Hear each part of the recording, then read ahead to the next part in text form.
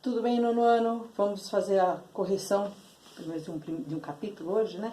Para que vocês possam estar refazendo as coisas que vocês erraram e tirando as dúvidas que vocês tiverem, tá bem? Então vamos lá, na página 107, vamos lá atrás, tá bom? Na página 107, quando nós vimos aquele poema, tá? Que era Mãe, né? Do Sérgio Caparelli. Então vamos fazer os exercícios, vamos corrigir os exercícios. Então, primeiro, o eu lírico elenca, quem é o eu lírico?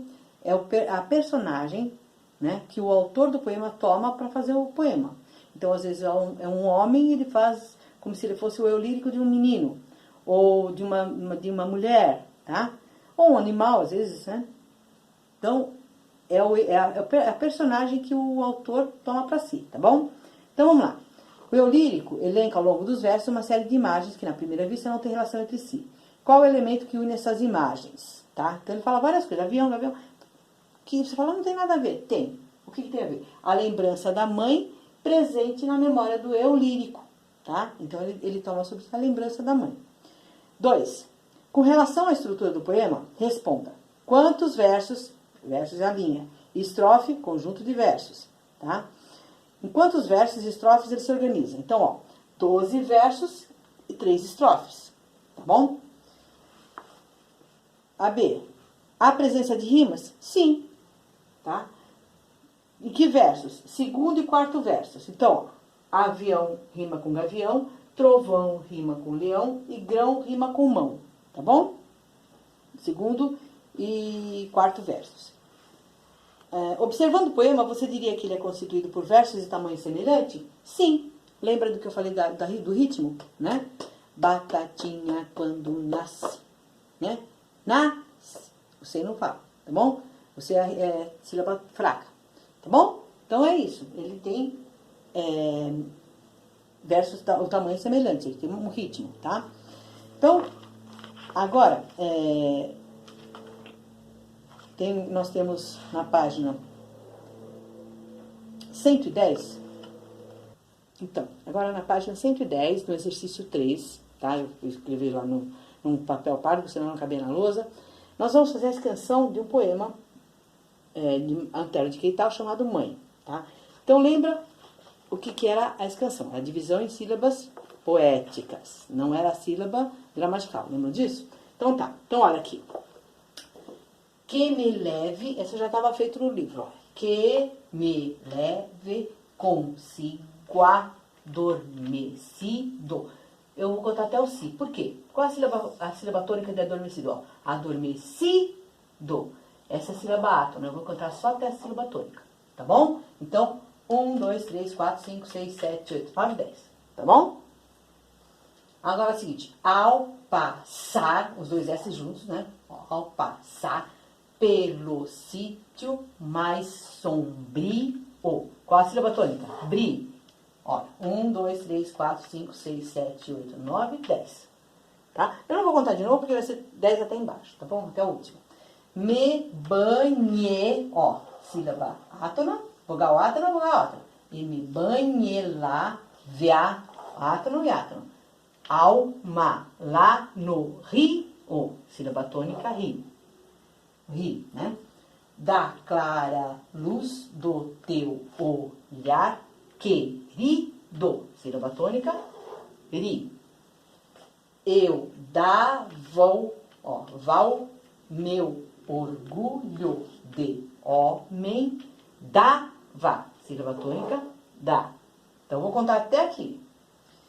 Minha estéril ciência sem receio, sílaba tônica, sei. Em débil criancinha me tornava. Senha, por que o senha? Porque o E, ó, senha. É como se você nem falasse assim, ó, senha. Vida e força. E sem, querer também. Sílaba tônica, bem. Então, vou contar até aqui. Se eu pudesse dormir sobre o teu seio. Então, quanto a valor, elas são pobres, porque substantivo rima com substantivo, você já sabe. A acentuação, elas são masculinas. Quanto à posição no verso, são rimas externas. Posição na estrofe são intercaladas, tá? Aí nós temos número de sílabas poéticas. Então, heptassílabos ou redondilhas maiores. Estrutura das estrofes, quarteto ou quadra, tá?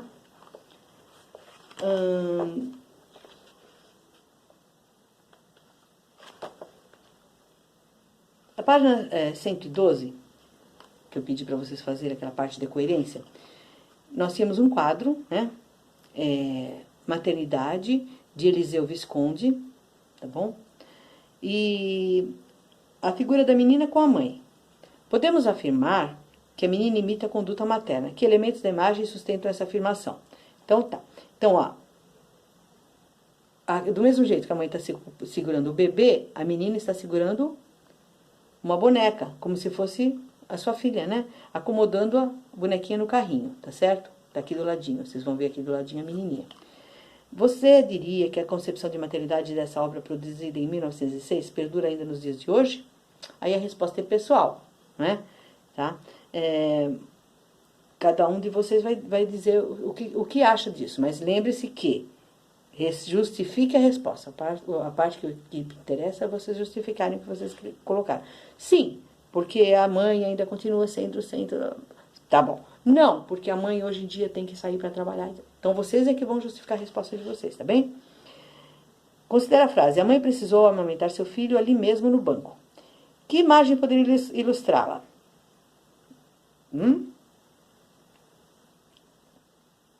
As três, não é? No banco do ônibus, no banco de Bradesco, etc., e no banco da praça, tá? Então, as três são bancos. As três situações estão falando do banco, né? Por que você acha que ocorreu essa multiplicidade de sentidos? Por causa da palavra banco. Banco tem vários significados, várias interpretações, não é isso? Tá bom? Então, entra aquela parte da ambiguidade que nós tínhamos falado, que eu tinha explicado para vocês, certo? Então, agora, gostaria que vocês pudessem pegar a página 114 e o exercício 3. Circule em cada frase a palavra que pode gerar ambiguidade e explique quais as possibilidades de sentido de cada uma. O engenheiro não conseguiu encontrar a planta.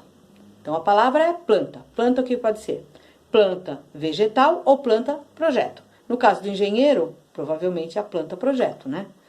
Qualquer produto agradaria desde que não fosse laranja. Então, o que é essa laranja? Nós temos duas coisas. Pode ser a cor laranja, né? Pode ser a fruta laranja e pode ser a gíria laranja, né? Aquilo é o laranja, levou a culpa das coisas, emprestou o nome, tá? Qualquer coisa, qualquer produto agradaria desde que não fosse laranja, né? Tá? Então, laranja aí tem vários sentidos também. Ela quer tarde, eu cedo. Esse cedo pode ser cedo de advérbio, contrário de tarde, ou cedo do verbo ceder, abrir mão de, né? O pianista desafinou, o crítico lascou. Que dó. Dó, pena, compaixão, ou dó, nota musical. Aquele canto se harmonizou com a apresentação. Aquele canto uma música, apresentação musical, ou canto um ângulo de paredes, né? Onde encontra duas paredes, tá bem? Explique de que maneira a ambiguidade foi empregada para a construção do humor na história em quadrinhos a seguir. Que foi? Nada. Que foi? Nada. Nada.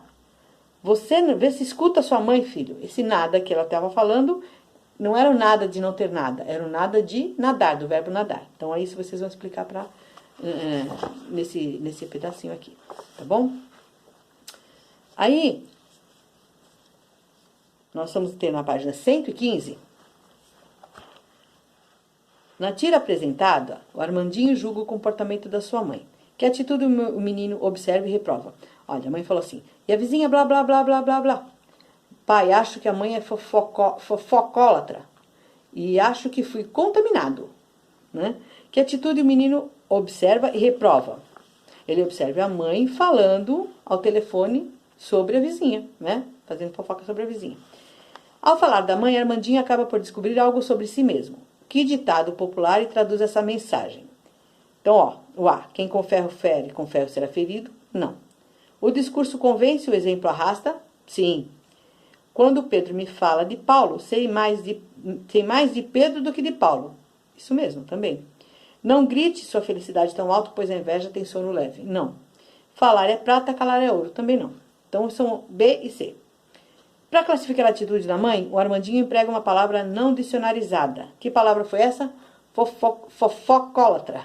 Fofocólatra, né? Tá? Qual o sentido dessa palavra?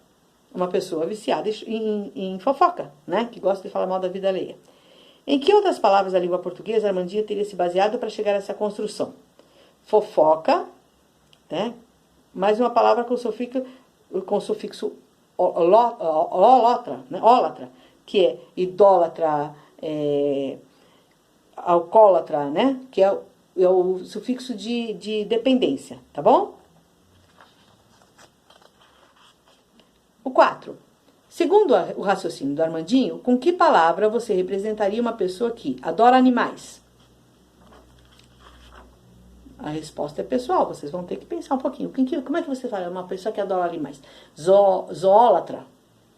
Bichólatra? Sei lá, vamos pensar. É fanática por causas ecológicas? Ecólatra? Pode ser. Ama chocolates? Esse já existe. Chocólatra, né? Tá? Já existe essa palavra. Idolatra a si mesma. Narcisóloga. Vamos ver, pense. A resposta é vocês que vocês é que vão criar as palavras, tá bom? Ególatra, ego, né? É fanático por música.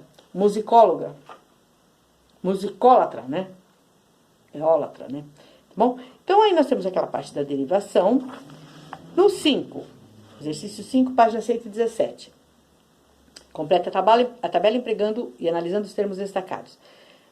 Então, aqui, nós vamos tirar palavras daqui do texto que usa a derivação prefixal. Prefixo. Então, olha, supermães. Prefixo super, tá? Realmente, ó, realmente. Então, é uma derivação sufixal. Tem um sufixo, mente. Prefixal e sufixal infalíveis. Por que é prefixal e sufixal? Porque tem falíveis, tem infalível, né? E tem falíveis. Falíveis, infalíveis, tá? E tem falíveis também, tá? Então, eu posso usar a palavra sem o prefixo ou sem o sufixo, tá bom? Agora, ó, agarrar, tá? Essa é parassindética. Por quê? Porque não tem garrar só. Tá? Então, eu pus a e a terminação ar, né?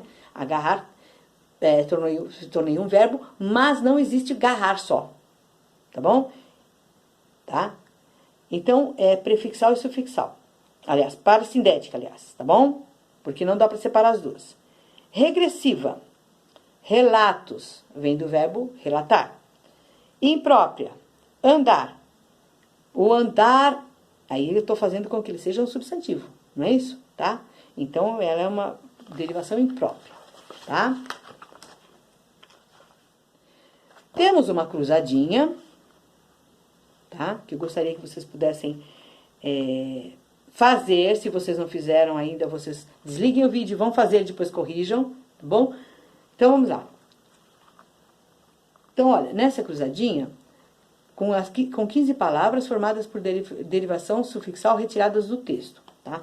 Então, olha, a primeira, então, tem derivação sufixal, na vertical. Então, a primeira, sortidas, tá bom? A segunda, depoimentos. A terceira, heróicas. A quarta, gloriosas. O V, né? A quinta, vitoriosos. A sexta, gargalhadas. A sétima, conhecedoras. A oitava, ternura.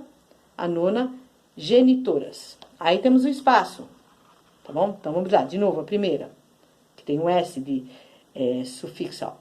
Personalidades. A segunda, possuidoras.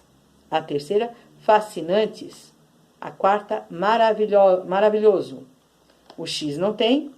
Aí nós temos tocante. E a última, leitura. Tá bom? Os verbos a seguir foram retirados, página 119. Os verbos a seguir foram retirados do texto as supermães e as mães normais. Observe o modelo e crie novos verbos aplicando a derivação prefixal. Organizado, organizar, infinitivo, o verbo reorganizar. Criaram, criar, infinitivo, e o verbo recriar. Nasceram, nascer, infinitivo, o verbo renascer. Tornarem, tornar, infinitivo, e o verbo retornar. Pensando, pensar é o infinitivo, repensar, o verbo. Descobrir, descobrir é o infinitivo, redescobrir. Então, o re quer dizer fazer de novo, né? Então, redescobrir, descobrir novamente, renascer, nascer novamente, tá bom? Em qual caso do exercício anterior a prefixação distanciou a palavra do seu sentido usado no texto? Então, olha, a palavra tornar, tá? Porque no texto ele foi empregado como verbo de ligação, ser, né? Tornou-se, né? É o verbo ser. Verbo de ligação. E aí, retornar é o de voltar, tá? É um verbo de ação, certo?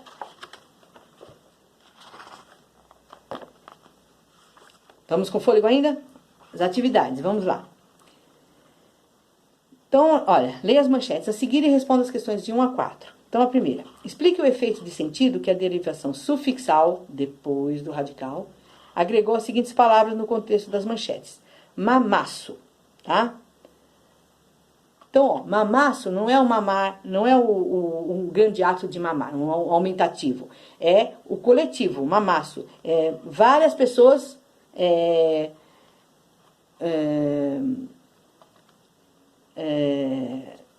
dando de mamar, né?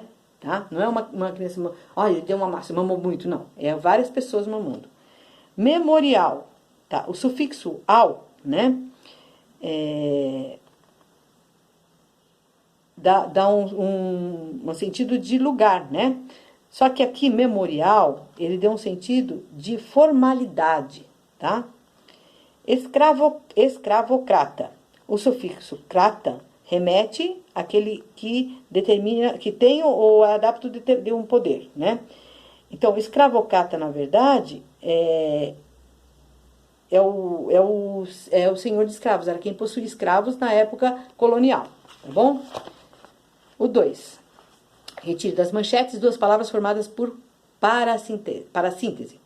Contemporânea e aleitamento. 3. O processo mais comum é formar verbos a partir de substantivos. Na derivação regressiva ocorre justamente o contrário. Formam-se os substantivos a partir da redução de verbos. Então, vamos lá. 2 substantivos que passam por esse processo. Então, desafios, que veio de desafiar, e sonhos, que veio de sonhar. Tá bom? O processo de prefixação permite que o sentido das palavras primitivas seja ampliado e ressignificado em novos contextos. Retire das manchetes 2 verbos formados por prefixação. Reviver e relembrar. Que sentido esse prefixo agrega aos verbos, tá? Então, o sentido de ação repetida, de fazer novamente. Liste outros verbos em que é possível observar o uso do mesmo prefixo, tá? Então, renegociar, reler, revirar, tá? Então, tudo que for assim, renascer, recapitular, revisar, tá bom? Página 122, exercício 5. Tanto o processo de derivação prefixal e sufixal como de derivação parasintética inserem 2 afixos na palavra. Utilize as palavras incriminar e ilegalmente para demonstrar a diferença entre os 2 tipos de derivação. Então, vamos lá. Prefixal e sufixal, a palavra existe sem um dos afixos. Então, olha, por exemplo. Então, a palavra ilegalmente, ela existe legalmente e ilegal, tá? Então, eu posso tirar o prefixo ou o sufixo, ela continua existindo. Já a palavra incriminar, não. Se eu tirar o in, fica criminar, não existe criminar, tá? Então, ela para síntese, tá bom? Então, nas 6, vamos formar verbos a partir de substantivos e a partir de adjetivos. A partir de substantivo, susto, assustar. Sócio, associar. Veludo, aveludar. Caixa, encaixar. Tarde, entardecer. Adjetivos, magro, emagrecer. Pobre, empobrecer. Longo, alongar. Liso, alisar. Curvo, encurvar. No 7, exercício 7, página 122. As palavras entardecer, desprestígio e oneroso são formadas respectivamente por, olha, entardecer, tá? Existe tardecer? Não. Existe entardar? Não. Então, olha, para síntese, tá? Não dá para tirar nem o prefixo nem o sufixo. Então, para síntese, a primeira, desprestígio. Tirando o des, existe prestígio? Existe. Desprestígio. Então, prefixação. E oneroso. O oso, oneroso. Então, o oso é um sufixo. Então, sufixação, tá?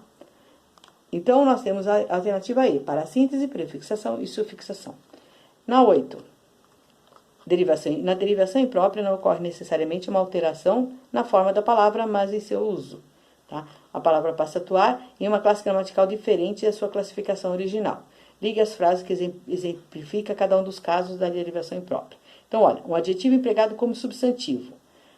As bonitas que me perdoem. Então, bonitas aqui, é adjetivo, está sendo usado como substantivo.